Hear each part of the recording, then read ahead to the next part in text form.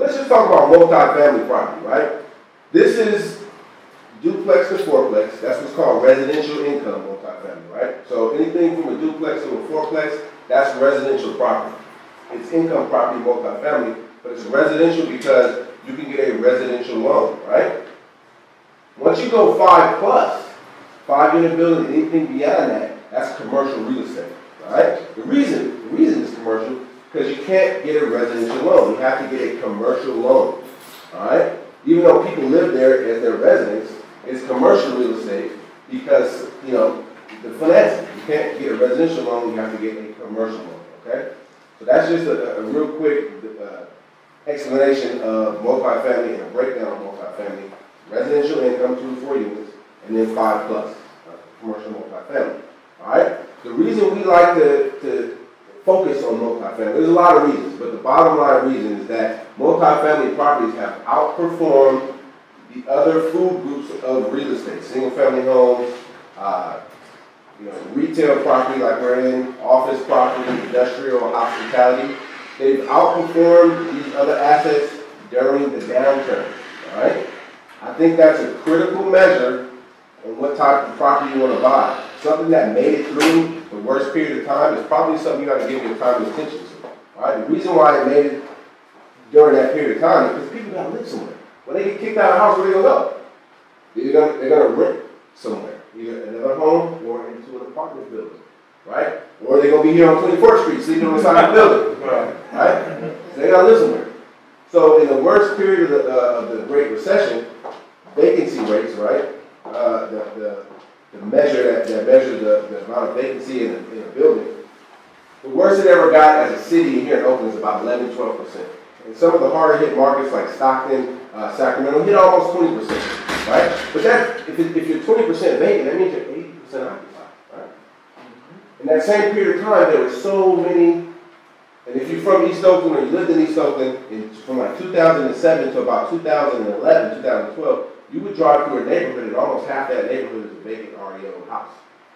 Owned by the bank, it's a vacant house. You got no things in there, nothing going on. Okay, so that house is not generating income. And if you have a rental house, while it's rented out, you got 100% occupied asset. Great. When that person moves out, you got 100% vacant asset. Not so bad if you know how to get somebody in there quickly. What I like about multifamily property, if I got 20 units, 2 people move out, well, I got 18 other units that are paying me rent. So I can pay the taxes, insurance, maintenance management, and the mortgage. All right, so it gives you economies of scale. So even in the worst of time, multifamily outperformed other, real estate food groups. Now, in this market, things change a little bit, right now. The market's a little bit robust. Things are rolling. Multifamily property, along with single family has definitely made a big comeback. But when we're talking in investment classes, multifamily versus retail, office, hospitality, industrial, we in the multifamily business are the cream of the crop. We're cream of the crop right now. All the institutions, all the banks would love to give you money if you go out and buy an apartment. If you want to buy something like this, retail, it'll be a little bit more difficult. So that's part of the reason why we chose multifamily, part of the reason why I like to deal in multifamily. Now, how do we evaluate it? On my presentation, I go into it. That's why I said I want to go into it. I get real passionate about this because when I started real estate in 2003, so I saw the good, the bad, and the ugly. I saw a lot of people lose a lot of money, a lot of money. Like one of my clients lose over, he owned a building that used to be where, you guys know where Texas Stadium is right now in Arlington? Well, he owned a 248 unit building, which would be about on the 50-yard line of that property. Jerry Jones came along, made him an offer he didn't refuse, said, I'm going to build a stadium right here. He sold his property to him in Arlington so he can build that stadium. He rolled that money over into an asset in Alabama, which was a good move. Problem is, it was a retail property, and it was a single tenant retail property. What that means is it's like a single family house, but it's a corporation, right? Like Circuit City. Exactly. So he was making, when everything was rolling, $16 grand a month. He didn't have to do anything except go to the mailbox and get that 16G, put it in his pocket. That company went bankrupt. And what happens when a corporation goes bankrupt? They don't make that check for lease, right?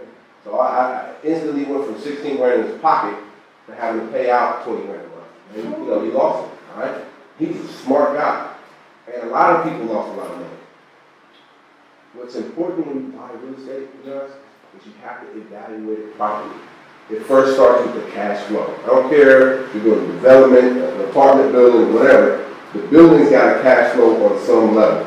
If it doesn't, then you're asking for it. Even if you're doing a flip property, I advise you to look at what it would look like if you got stuck and you had to rent it out. When you're flipping, you don't want to get stuck and have to rent it out. So that's not the game plan, but you need to look at that because the market jumped off a cliff tomorrow or some crazy event happened. Just you need to be prepared and you need to evaluate. So when you're evaluating property, the biggest thing you look at is the income and expense potential of the property and the actuality of what it's bringing in now. So when I go through the presentation, I break down the income. The income starts with the rental income, right, that you bring in. There's always a vacancy factor. Even if the building is full, you have to budget a vacancy factor because somebody's going to move out at some point, right? So when they move out, there's going to be a little bit of a, even if you have a tenant lined up to move in, there's going to be a little bit of a loss in income. So that's your vacancy. If you have a bigger apartment building, and actually some of the 4-unit buildings I'm involved in have laundry facilities. So you also want to add to that income what's called other income. These categories are laundry, on bigger properties, billboards. I made an offer on a building last week, and he's got a cell tower. That cell tower is bringing in $2,500 a month, right? So in addition to all the rents, and this is in East Oakland, but he got $2,500 coming in from the cell tower. So that's other income. Also, if you have a big enough building, you get a cable contract with Comcast. That's another form of other income. So evaluate what the income is today. Also do this, evaluate what the income potential is. What could the property yield? What could the property produce if you made some improvements, if you brought the rents up to the market, so on and so forth. Now once you got your income evaluation set up, where you're at now, where it could be, then you're going to take away from that. You're going to take away from that what's called operating expenses, all right? Key word here, operating expenses, the cost to run the property. This does not include mortgage. This is just the operation, taxes, insurance, management, maintenance, lawn care, pest control, so on and so forth. These are the operation costs, okay? When you take away from the gross income the operating expenses, you get a very important number. It's called the net operating income, all right? In a 5+ unit building, this is the key determinant to the value of the property, the net operating income. But to any property, it's very, very important because this is the money that you use to make your mortgage payment with and hopefully put some money in. After you make your mortgage payment, hopefully you got some money left to put in your pocket. All right? That starts with the net operating income, okay? It's a critical number. You need to evaluate what is today and then what could be if you bought it or your client or whatever. So you need to know where you're at and where it could be. Very, very critical number. Now, I'm not going to go into capitalization rate because I don't got the slides. I don't want to confuse anybody. But understand, once you go 5+ units, properties are valued with the income approach to value primarily. Even more important in the sales comparison. When we as realtors, we do a market evaluation for a single family home or 2 or 4 units, the primary determinant to that value is what the sales comps are, right? It's other properties, similar properties that have sold in a similar area. Well, once you get 5+ units, the primary way you value a property is you capitalize the income, the net operating income, okay? You use something that's called the capitalization rate. I'm not going to go into it here tonight. If you want to learn more about it, give me your information. I'll email you the presentation that breaks it down pretty clearly. But just know this, capitalization rate is a measure of value. You take the net operating income, divide it by the capitalization rate, and that gets you your value. In every market, the cap rate is going to vary. Okay, but let me just give you an example. If a building generates $100,000 net operating income, and the market cap rate for that whatever given market is 10%, right? You would take 100,000, divide that by 10%, and that will get you your value. What number are we talking? $1 million. $1 million. Great, right? So just know the capitalization rate is a key measure to value on income property. And that's not just apartments, that's also retail, office, anything that's commercial income property. Okay? Yeah. More risky the property investment is the higher the cap rate. Absolutely, yes. So good question. If you buy a property by the lake, right, Lake Merritt, you might buy it at a 5% cap rate. So that $100,000 that we just talked about, instead of dividing it by 10%, you divide it by 5%. That's too many houses, right? Now, if you're in DP something, you're going to look at that income, it's going to look a little bit more risky, right? The rents are lower, the vacancy is a little bit higher, crime is higher. So that cap rate by nature is going to be higher as well. So you would take that, and actually right now it's about 7 to 8% cap rate in East Oakland. You take that and you divide it by that cap rate for where you are. The riskier the investment, or the neighborhood also, and also the condition of the property. You got a brand new property versus something that's 50 years old, that brand new property is going to have a lower cap rate than a 50-year-old. Okay? It's just a measure of value. Okay? Just understand that. And you want to make sure, just know this, rule of thumb. The higher, the better when you buy. So when you buy, you want the cap rate to be higher. Why? Because that's your rate of return, higher rate of return. When you sell, you want a lower cap rate. That means more money for you in your pocket. So rule of thumb, this is what you need to know about cap rate. The higher the better when you buy, the lower the better when you sell. Cool? It's the inverse to stock. When you buy low, when it's a stock, sell high. But for cap rate, you want to buy high and sell low. Understood? Okay, so basically, we just want to get to the point when we're evaluating a property. We want to know what that net operating income is and if it makes sense for what we're trying to do as it relates to the marketplace. All right? I can go into it. Again, call me. I'll get you the presentation. But the basics of it is you want to know what you're dealing with now and in the future. Okay? So, let's talk a little bit about the marketplace. On that, I'm glad you asked that question, George, because the market, the whole country is experiencing a growth. I don't want to say an explosion in growth, but that might be a surge, thank you, in growth in real estate value right now, and especially in Oakland, California. We are one of the top 10 real estate markets in every category just about right now. A lot of people don't know that. Oakland, So what's happening is that we are having now a big influx of investors, of homeowners, people moving here, of capital, institutions, funds, just high net worth people putting money here. So what that's doing is putting pressure on prices. Prices are coming up.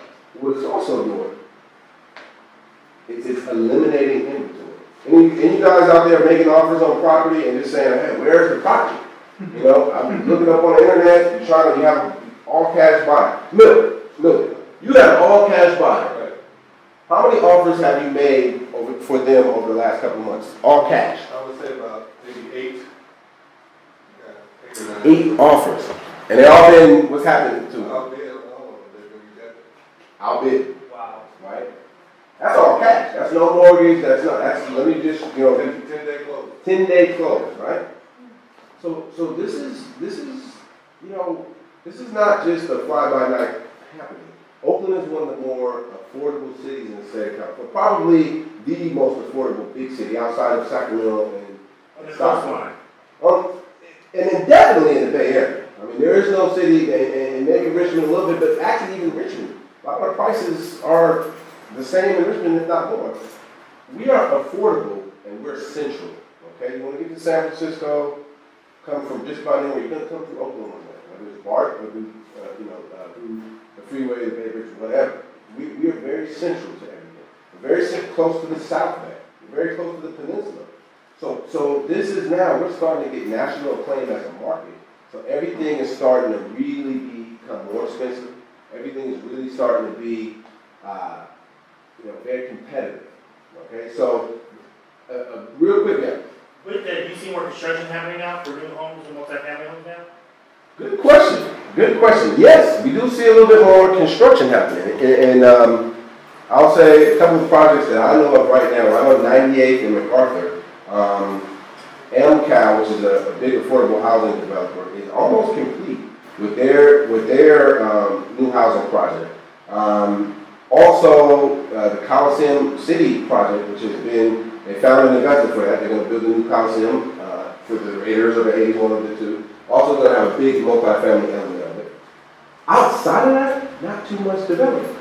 A big part of that is because there's not a lot of land. There's not a lot of land, right? There's not a lot of places to develop. You got to tear something down first. So again, prices are going up. Not a lot of inventory. Okay? Yeah. I want to digress a bit. Do you ever use a ghost rent multiplier? Yeah, we do. We look at the ghost rent multiplier. multiplier. But here's the problem that I've got with the gross rent multiplier. Is you don't, it doesn't, the gross rent multiplier does not take into account the operating expense. And to give you an example, the building I'm working on right now, it's a 96 unit building in East Oakland, High Castle Mountain. One of the buildings is master metered for gas. So here's that mean. Wow. The tenant don't pay gas. Ooh. They only pay electric. So what that means is they got the heater on going all night. they got the hot water heater, they got it rolling in there. The landlord is paying for it. So, okay, if you look at the GRM, you would be completely distorted when you look at this investment property. You would be bamboozled. So it is a good measure, a rule of thumb, if you're just generally looking at a property, but you really got to look at the cap rate because you got to take into account the operating expenses. Great question. Now, on that note, the market is such that prices have came up, not a lot of inventory, not a lot of available property. The short sales of REOs, well, REOs dried up. Charles, we had this conversation, and REOs have really dried up. Even short sales. I know you've done a couple hundred short sales over the last few years, something like that. And you were just telling me, short sales have really dried up. They're still out there, but they're not as many. REOs, a couple years ago, that's all it was. REOs, short sales, right? So this is good for value. This is good if somebody wants to go out and find. If you can find a lot right now in Oakland, get it and try to build something, sell it to a builder. Because we don't have enough land and we have all this economic pressure coming in here. And finally, maybe for the first time, we're getting national acclaim as a good place to invest, as a good place to live, as a good place to visit. Usually people, when you go out of state or talk to people, you talk about Oakland, they think it's Vietnam, or they think it's bad, they think it's all right. Even when I lived in San Jose, talked to people, they go, oh, I had to convince my wife, we met at San Jose State, it took me 2 years to convince her to move here. We lived in Oakland Hills. But because all she knew was when she turned on the TV, all she heard about people getting killed. That's it. But now, we're starting to get acclaim. People are starting to understand that Oakland is a good place to invest. So that's point a little bit of state of the market. Number 3, how do you get your hands on a piece of property here so that you can add towards that retirement plan, so that you can have something for your estate? How do you do it, right? You go into MLS, nothing's there. Devonside, it took us, a year and a half to get the fourplex? Yeah, and then what happened before that? We were in contract on a short sale and BFA foreclosed while we were 8 months about ready to close, right? But we kept on, and we kept on keeping on. Because you cannot give up, you can't get discouraged, and just because you get outbid 8 times in a month, you got to keep going, all right? So here are some of the things that we're doing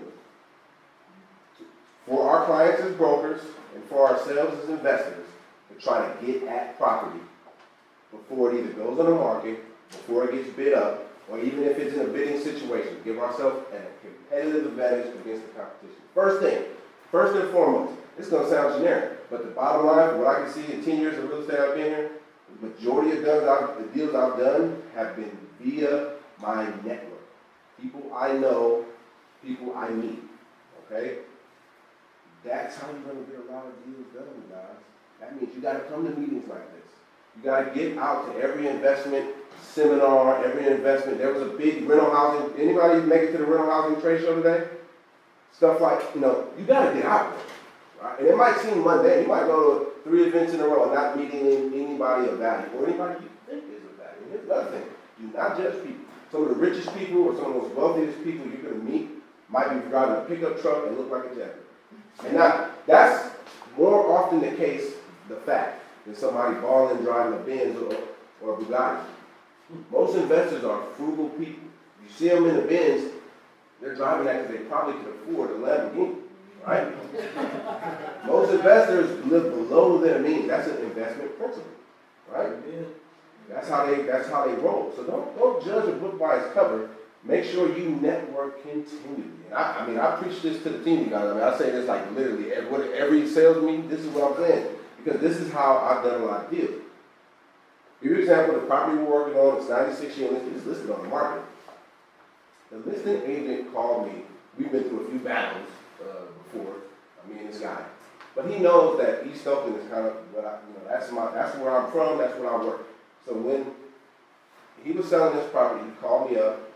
He had a couple offers. He said, Steve, let's talk about it, let's make a deal. So we round and round, we wrestled, we went back and forth like 10 or 15, I mean literally counters and multiple counters, whatever. But at the end of the day, he decided to go with me because he knew that me and also my clients also own properties. He knew that we could stomach what's going on in East Oakland. So when we go to Hillside and we walk through and we see people dealing dope, he knew that we could deal with that.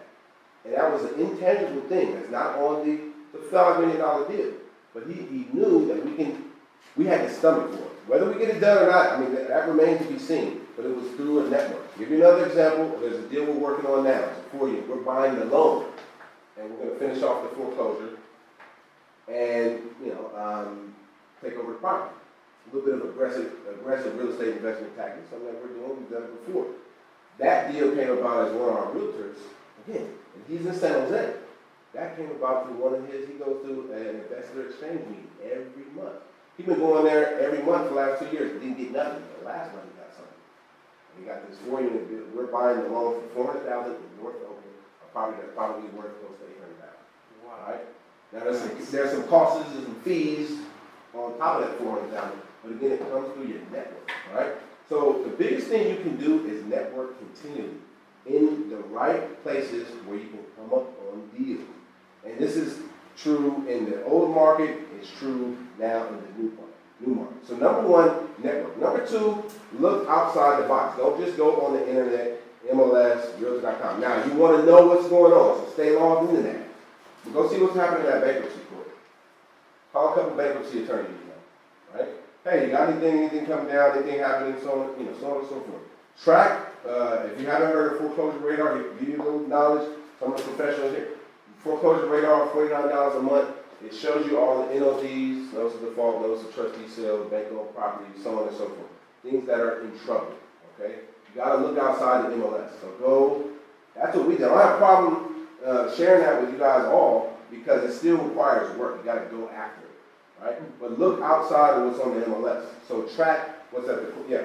I just want to leave because you just said it was work.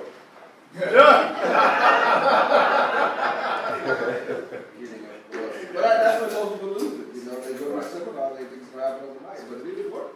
It's work, you guys. And I mean, at the end of the day, a lot of real estate things you go to, it'd be like multi-millions. And look, hey, there is a big windfalls out there in real estate, but don't get it twisted. You're going to have to muscle up and knuckle up and go out there and make it happen. And that's what we're trying to do. We're trying to be change agents in the city of Oakland to kind of get a force of buyers, sellers, investors, tenants that are being proactive about their real estate status. Whether all you do is rent an apartment, be understanding of what that means, and then put a plan in place so you can own something. All right, so it's work. You got to go after it. You got to network. You got to look at the things off the beaten trail. Okay. Here's the last thing I'm going to say. Also, you got to be creative in a deal. Not everything has to happen all cash or loans. You can do a lease option to buy. You can do a contract to deed. You can do seller financing. You can do creative things in real estate. And now with people having equity in their properties again, a couple years ago you couldn't really do a lease option, or it'd be hard to do a lease option if somebody's upside down. But now when people have equity, so what do? You look on Craigslist for rentals, people who are leasing out properties. And you ask them if they're doing it, would they be open to doing a lease option to buy a contract for deed. Okay? Look for rent signs when you're driving around. For a mom and pop for rent sign. Because that means they don't have a professional manager. It also means they have a vacancy. Probably means, not necessarily, but probably means they got some headaches. So they might be willing to deal the property to you. So just stay creative and stay engaged in the process. Do not give up. Don't get discouraged. You make 8 offers in one month, you get outbid multiple times. Just keep going. It's just part of the game. Right now in Oakland, hey, get your piece of the rock because this is one of the better places. And I honestly think that this is one of the better places to invest in the country, if not the place to invest in the country. When I started off in real estate, my first deal was in Colorado. Then I started doing deals in Texas. Then I did deals in Ohio. Why? Because when I first got started, a house, I sold my mama's house in East Oakland for $325,000. 2-bedroom, 1-bathroom, 700 square foot house that was literally held up by the termites. And it was dope fiends outside and people dealing dope for $3 and a quarter. All right, that was on 5. Properties went up to about $500,000 in that neighborhood. It went, so we had to go out of state to make cash flow. You can make cash flow right here, right now. Don't miss the opportunity. So thank you very much for coming out. I really appreciate it, and good luck investing.